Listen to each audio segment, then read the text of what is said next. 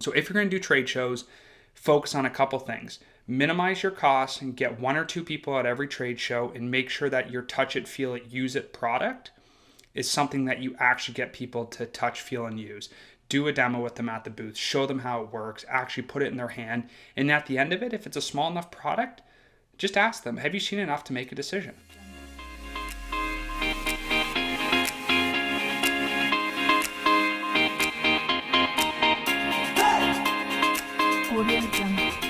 Welcome to the Prospecting Show, where each week we talk about tips, tricks, and methods for growing an amazing small business pipeline.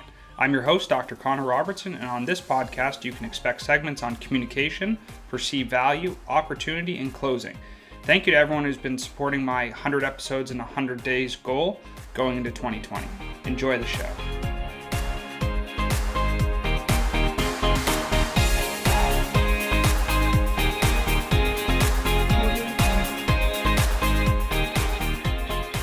Today's episode is all about prospecting online, and I thought it would be a really cool chance to sit down and talk about a little about what we do as a business, but also what we're doing with some of our customers that we've seen to be super successful over the past 6 to 12 months or so. And when I say prospecting online, a lot of people jump right away to lead generation as a service, something like Facebook ads, Instagram ads, YouTube ads, things like that. And although that's true, those are ways that you could potentially generate leads. Those are very consumer focused lead generation strategies, and most businesses that we work with, and most businesses that this podcast is geared towards, are in the business to business space, meaning they have a professional service or a product that they're selling, most of which is in the healthcare space. And in the upcoming podcast sessions that we have, there's going to be some opportunity where we interview some of these people who have different healthcare product companies. And one of the things that we always sit down and talk about is, how do you grow a pipeline? How do you market your business, and how do you get more sales when you have a business to business service or product? So this is something that's not necessarily sold to consumers. It could be sold to consumers, but at the end of the day, the primary focus is selling to clinicians. Most of the companies we work with are selling to chiropractors, physical therapists, podiatrists, other pain management specialists. And so because of that, we really focus a lot around how can we make that buying experience easier for the doctor, but also make the selling experience easier for the sales team. And when I look at this, you kind of have to first understand what kind of product you have before you decide what type of prospecting and marketing you can do. If you are not spending 5% of gross revenue on marketing, you are missing out. And depending on your product, if it's a touch it, feel it, use it kind of product, you are going to have to do trade shows or some face-to-face demos. If it's not a touch it, feel it product, or it's a service, you might get away with online demos, Zooms, webinars, things like that, phone calls alone. But if you have one of those tangible products, you're an inventor, you're an entrepreneur, you created a product that's great, but you need people to touch it and feel it to understand why they should buy it, you're going to have two different methods that are going to be super important for doing that. Method number one is trade shows. You're going to have to go there. You should book 6 a year minimum, probably 12 a year if you can do it, but it's, a lot of them go Thursday, Friday, Saturday, sometimes Sunday, sometimes they're in the middle of the week. So it's a lot of travel that needs to be done, a lot of cost that's incurred. And what I like to look at is, how can we make that more cost effective for you as a business, instead of just sitting there and saying, yeah, well, we have to do 12 because we decided 12 was the number. So if you're going to do trade shows, focus on a couple things. Minimize your costs and get one or two people at every trade show, and make sure that your touch it, feel it, use it product is something that you actually get people to touch, feel, and use. Do a demo with them at the booth, show them how it works, actually put it in their hand. And at the end of it, if it's a small enough product, just ask them, have you seen enough to make a decision? And if they say no, then you need to figure out what it is that you need to do in the sales process to make sure that those people are ready to buy it. Because if they're not ready to buy it standing in front of you, the inventor, the entrepreneur, the sales team, the expert in your product, if they're not willing to buy it there, then they are never going to buy it online from you. There is a 0% chance of that happening. Unless there's some serious marketing behind what you're doing and you have a great organization that's going to do that for you, some content marketing or direct response marketing that doesn't involve somebody talking directly to them or touching the product, then that might work. But if you're going to do trade shows, you got to make sure they touch it, feel it, use it, and close them on the spot. If you're going to go the more I guess, the more new age route, that's going to be looking at 4 different platforms: Facebook, LinkedIn, utilizing existing contacts in your CRM, and probably email. Now, if we look at those, let's break them down to different categories. Facebook is a consumer platform. Yes. Are there business owners on there? Absolutely. Are those people who are making decisions sitting there waiting to do a direct response ad and interact with your ad, your video, your picture, your deal, your offer, whatever it is, and buy it right there? Absolutely not. If you switch over to LinkedIn, that's a business to business network where individuals are sitting there looking to do business with other individuals or at least grow their network. If you flip over to email, email is great because it's a softer pitch, but at the same time, you have to keep in mind that one, emails are not open very often, and even if they are open, they're not necessarily replied to, which is one of the hardest things to get, because if you send out 10,000 emails and you're only getting a response rate of 1%, you got to send out a lot of emails to make that make sense. The last option is your CRM. Your CRM is going to be whatever tool you're using, a Zoho, a Salesforce, HubSpot, something like that. And those systems are going to have phone numbers, emails, and addresses as long as you put it together properly over time. And that's going to give you 3 contact points, right? You can either call them. It's actually going to give you 4. You're going to call them or text them. Those are your first 2. You can email them, or you have their address, so you can really mail them, or you can just go in person. Now, mail's expensive. Going in person's expensive. So you're really left with the other options: call, text, or email. Emails aren't open very well. Usually 5%, 5, 8, 10% at most for cold email for open rate, with a less than 1% response rate. And that's just a response. That doesn't mean a deal done. That's just somebody actually replying back and say, hey, thank you for sending me this email. I'm interested in what you're doing, right? So email's kind of, on its own, not great. If you go to text message, you're going to have, 90% open rate on those text messages and probably about a 50 to 60% response rate for most of the data that's out there right now. That's great. However, some people take it a little bit personally when you actually reach out to them and you are texting them about a business opportunity when they didn't necessarily want that.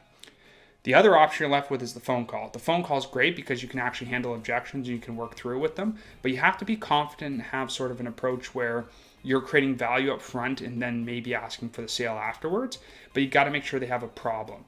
When you're sending out an email or text message or just using your CRM to send some messages back and forth, that's a little bit softer and the prospect feels like they can walk away. But when you're on the phone with them, they don't really have a place to go. So you got to make sure that you're doing deals or you're not doing deals. Create the value, find their problem, solve their problem, then give them an offer. Do those 4 things, you're going to be totally fine. So those are your 4 options. Just to recap, you got Facebook, which is consumer marketing. You got LinkedIn, which is all business to business. You got email, which has a low acceptance rate or open rate or reply rate, but it's kind of been the industry standard for 10 to 15 years. Then you have your CRMs that are going to combine all that data together. You might have their Facebook link in there, their LinkedIn link in there, their email, their phone number, their address, and maybe even a fax number if anybody still uses fax. So the point that we're kind of making here is that if you're going to go out of your way to be a prospecting machine and you don't have a touch it, feel it, see it kind of product, you should stick to something that's online because it's way more cost effective. The last trade show we went to, I looked at some of the advertising price and we came across this magazine and we had the rep come around and actually talk to us. And I said, well, what is a single insertion cost, right? A single insertion being 1 page advertising, could be 3/4 of a page, maybe a little bit less with text that's wrapped around it as part of just standard copywriting or content writing.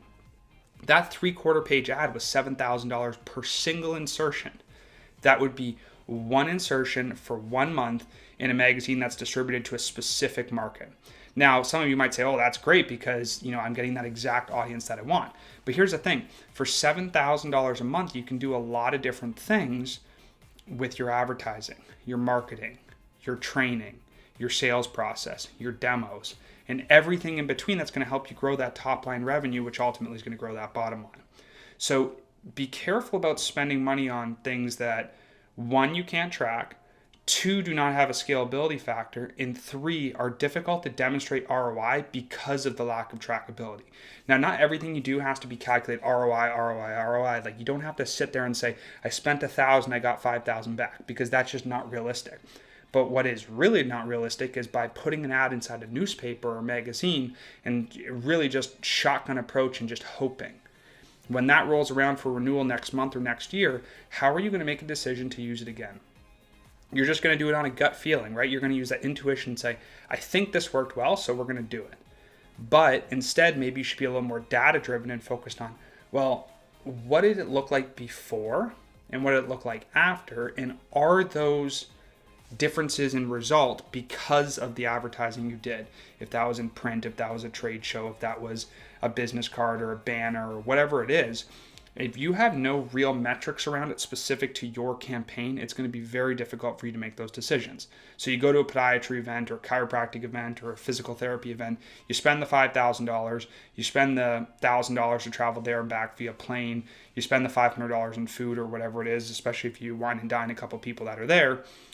You come out of that event with some exposure, some branding, and some ideas of what people are looking for, but you really don't have a clear idea of where you need to go next. And that's why I always recommend you spend a portion of your budget online. There's Google ads, there are Facebook ads, there are Instagram ads, there are LinkedIn ads, there's email, there's content marketing, there's just other social media exposure, there's affiliate programs, there's all kinds of different opportunities that you have to sell your product, push your idea, your concept, your personal brand, whatever it is. But if you don't know the right spot to do it, you're just as bad as the trade show. So don't go out there and pound out a bunch of content thinking, oh, I got a business-to-business product I'm selling to healthcare providers and I'm going to slam it up on Facebook. Because all you're doing is you're taking a business-to-business sale and putting it on a business-to-consumer platform. So when people come back to us and end up working with us in the future, I usually ask them, what did you do before this? And they say, well, I did print. Okay, well, we know that's hard to track and very expensive because you can only do it once. Then they did trade shows that they didn't really have a great experience with because they didn't do what I talked about in one of the other podcasts, which is prospecting before that trade show. And when they went online with everything, they didn't really spend the time to get the right audience. So if you have a business-to-business product and you're doing exclusively Facebook and Instagram ads, you are probably going to lose. And in my opinion, you should look at things that are going to help you win as a business. Don't just do stuff because other people are doing it. You got to look at your product, your price point, who your market is, what the sub-market is, who's making the purchasing decisions, what's the sales cycle length, and all of that to be able to make a decision. Now, networking is a totally different thing than marketing. I strongly believe in networking, and if you want to spend 6 travel points per year to go out to 6 different events to kind of meet people who might be able to help you in your business, that totally makes sense. But going to a trade show that's consumer focused when you don't have a consumer product, that doesn't make a lot of sense. And you see that with some of these local shows more so than the national or regional shows where people have a product and they say, oh yeah, this can be great because I normally sell it to a doctor who resells it to a patient, but I'm just going to go right to the patient. Well, the problem is not all those patients are coming to that local event or local trade show to buy something from you. So you might think it's a great idea because your margins are going to go through the roof, but your sales volumes are going to go right down. So I recommend if you have any type of business-to-business product, stick to who you're going to sell to, pick one audience, maybe 2 audiences if there's some synergies. There are some cases where 2 or more might actually work, but get something focused so that you can sell to the audience that makes sense. Don't go around a different way and try to sell to 50 different groups and try and skip the middleman just to make more margin. The next thing is numbers. When you're looking at these events, there's the numerical value of what you're doing in terms of finances. How much did you spend and how much did you get back? And then there's how much exposure did you get? Those are online, that's called impressions. If you get a billboard, they're going to talk about how many viewpoints or impressions did you get. If you're at a trade show, they're going to talk about how much foot traffic there is. Now, none of those metrics actually matter. They're just the only thing that's really tracked. So what you should be looking at is if those are the things that you can track, calculate out for yourself what it is that you need to do, right? If it's going to take 1% close rate, you need to talk to 100 people to get one deal. So that means when you go to a show, you can calculate backwards what you need to do to make sense. So if you spent $5,000 to go to that trade show and you have a $5,000 product and a 1% close rate, well, you better make sure you talk to 100 people because mathematically that means you should get one deal done, which would cover the cost of your trade show. If you talk to 50 people and all the cards are on the table and the percentages line up, you're actually going to have a negative ROI or a loss. Now, on the same hand, kind of what I was talking about before is that that isn't the only thing that matters, because there are a lot of times that, in my personal experience and other people we worked with, we go to a show, maybe have close to even ROI, maybe a little positive, maybe a little negative, but 3, 6, 9 months later, that's starting to reap the benefits because someone said, oh, I saw this, or my friend showed me this, or I saw you at this show, or you're advertised here, or whatever it is. And then you're getting the flip side ROI. So don't count on it one-to-one, like, hey, I went to the trade show, I spent $5,000, I got to make $5,000 now. But think about it in your head and kind of play the game on 1% close rate maybe is what you guys do. So if that's the case, you need to talk to 100 people every time you spend that money to get the money back. If you have a product that is small and inexpensive, you want to make sure you have at least 5 to 10 times cost of goods sold, meaning if you make it for $10, you're selling it for $100.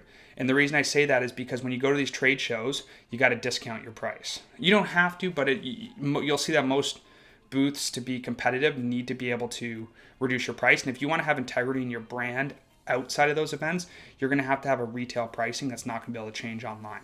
So if you have a service, maybe it's $500 a month, $1,000 a month, $10,000 a month, whatever it is. But if you have a product that's $75, you go to the trade show, you're going to have to sell it for $49. And that's totally fine. There's nothing wrong with that. But just keep in mind that when you're doing all your margin calculations and you're prospecting and showing people your product, that when you look at revenues, you're going to make less margin every time you go to one of these shows. So you got to make up for it in volume. To go back to the email concept, if you do email alone, I think you're going to find that's going to be very hard to get the exposure that you're looking for. Meaning that if you have your average sales guy and you want to put 30 to 40 appointments on the calendar each week, which would be, one per hour basically for the whole week, which nobody does, or most people don't do. But let's say you want to do that, right? Most emails get an 8 to 10% open rate when you look at like national average across kind of all industries. And of that, you get a 1% reply rate. And of that, you usually get a 0.1% attendance rate for an appointment in a lot of cases. Just straight cold email. Go out to your CRM, download 100 contacts or download 1,000 contacts and blast everybody. That's what it's going to be. So you're going to send 1,000 emails. Maybe 100 of those people open it up. Maybe 10 of those people reply. And then somewhere between, let's say, 1 and 2 people are going to actually do business with you, right? Which is 0.1%. Well, the problem with that is that you got to send out a lot of emails, and it doesn't matter how big your database is and how clean your database is, it's very unlikely that you're going to be able to run your business off sending just emails alone. So then the next thing people do is they go, oh, we got to meet in person. We got to go do the sales process. Well, your chance of closing someone in person is not necessarily higher than on the phone or on Zoom or, whatever method you're using. It's just false economy that people are looking at and saying, well, if I'm in front of them, I got a better chance. Now, in some cases, that's true. Maybe you sell a surgical product or a very expensive product that requires a technical demo or maybe a non-technical demo, and you have to go there. But in the case of most products, you can actually be more profitable by not flying and driving around. And the way you do that is you set up standards around your product or service so that people understand how you can help them without meeting in person. There are plenty of instances where I've had great clients that I've worked with that, one, I've never met ever before, other than on the phone or on the computer. And 2, clients that just are very comfortable with listening to what we have to say and executing it, and we give them that blueprint. So I would say that, email is going to be okay, but just make sure that you don't force a follow-up in a way that doesn't make sense. You don't need to always get on a plane or get on a train or a flight, or go drive there, whatever it is. You don't have to do all those steps just because you think it's going to close the deal better. Just kind of switch gears one more time here, we could talk about content writing. When you're writing these emails, these messages, Facebook content writing, maybe copywriting in some of your ads, Google AdWords, whatever it is that you're doing, you have to kind of flip the hat on yourself and put yourself in the shoe of your prospect. A lot of people write content and say, I'm recording this podcast just as an example with a Yeti Blue microphone. And if I was trying to sell this microphone, I would need to put myself in the shoes of somebody who wanted to buy it. So instead of sitting here and saying, yeah, it's a great microphone, it's really strong, it's got great audio quality, it's got a headphone port, it's USB, there's no batteries, you don't have to plug it into the wall, all that. Now you're all talking about features that you as the salesperson recognize, but you have to sit there and put yourself into the position of the person who's using it. What would somebody use this microphone for? Well, the number one thing is podcasting. So if you would need to sit down and put yourself into their shoes and say, listen, you want to start a small business podcast, you don't have a lot of money to spend on, $5,000 in audio recording. The Blue Yeti microphone is a great opportunity for you to get into the podcasting space for less than $100. And that's why somebody should get into it, as opposed to saying, yeah, well, it's got 4 modes and it's got pre-gain and post-gain and it's got a audio jack and comes on a mount, but you could get a flexible arm mount that's going to hold it with a cage. Like, nobody cares about that stuff. They want to look at it and say, listen, I have a small business. I want to do some marketing. The way I'm doing that marketing is with a Blue Yeti podcast or a Blue Yeti podcasting microphone. And so you're going to sit there and sell the benefit to the individuals to make sure that that makes sense for them. So be really careful about selling features and benefits, especially when you're doing your content writing. So when you're running an ad, don't talk about features. When you're sending out an email, don't talk about features. Figure out what the problem is, position yourself as the solution, right? You can say something like, we are the specialists in podcasting. Well, how are you the specialist in podcasting? Well, we create a microphone that's very low cost, very high quality, with a few core features that are easy to use for somebody who wants to get into podcasting today. As opposed to saying something like, we got all these knobs and buttons and whistles and this and that. That isn't solving the prospect's problem. The prospect has the problem of they have a small business, they want to do podcasting, and they don't know where to start. The Blue Yeti makes it super simple because all you got to do is you take it out of the box, you plug one end into the microphone, one end into your computer, hit record, plug your headphones in if you want to so you can hear yourself, and just go for it. There's really nothing else to it. That is the perfect example of content writing or content explanation about your product that you need to be doing so that your audience can understand and see themselves in your content writing. The same goes with a trade show backdrop. You need to put yourself in the shoes of your prospect. What is it that they want, right? Do they want to buy your widget over here because it's going to help get new patients in the door, or maybe it's going to save their back, or maybe it's going to be financially beneficial to them, or maybe they can delegate a service to a staff member, or maybe they can help grow their business because they're automating some part of it. You have to look at the benefit and not about the feature. And that's like an old adage in sales, is that you always want to be selling benefits, not features. But at the end of the day, I spend a lot of time at trade shows and meeting people and doing Zoom sessions and all this, and I keep hearing over and over again, here's the feature, here's the feature, here's the feature. We sell X and it has this feature. So it seems that even though people know that that's not the right thing to do, by default they seem to do that. So that's kind of just a little piece of where I think it should be focused. Now the last piece is looking at calculating value. And the reason that I say calculating value is because if you go to these trade shows, we talked a little bit about the ROI there. But what I like to do is look at the day-to-day metrics to meet your goals. So let's say you're trying to make $10,000 a month, just to set an easy goal there, something that's round numbers. And you know that, every deal you do is $5,000. So you need to do 2 a month. Well, the question is, what actions do you need to do to close 2 deals a month? Well, in order to close 2 deals in a month, you probably have to do 10 demos. Well, how do you get 10 demos? You got to go backwards again and say, well, in order to get 10 demos, I need to get 50 preliminary appointments set. And in order to get 50 preliminary appointments set, I need to send 100,000 emails. Well, that's not practical. So yes, you can still do some of the emailing. Yes, you can still do some of the messaging and some of the advertising and all that, but you have to be realistic with what your financial goal is and what actions need to be taken in order to get there in your business. And if you're not willing to do that math and figure it out, you're never going to understand how much it costs you per email, per phone call, per text message, per carrier pigeon, or whatever it is you're going to send them to be able to get this deal across the table, right? So you can look at it and say that, if you get a 1% close rate on every email you send, which you very unlikely will get that kind of rate, but let's say you did, and that close is worth $5,000, every time you send 100 emails, that's worth $5,000. And then all you do is you do economies of scale. You just start building that up. If 100 emails get you 5,000, 1,000 emails is going to get you 10x that. So you just keep multiplying down the system to get to where you want to be, but then realize that there are some other components other than just volume. there is quality, there is content writing, there is imagery, there is split testing and making sure that you have a great product overall. There's making sure that you have new products, new opportunities, reselling opportunities, upselling opportunities, cross-selling opportunities.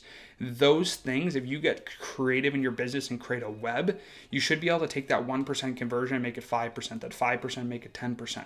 And the reason that that's important is because at the end of the day, there's going to be a limit on how much you can do every day. So you got to get better at something instead of just doing more of something. So I hope that kind of outlines a bunch of things that we've seen to be successful and individuals that we've worked with that have had a really good time with prospecting.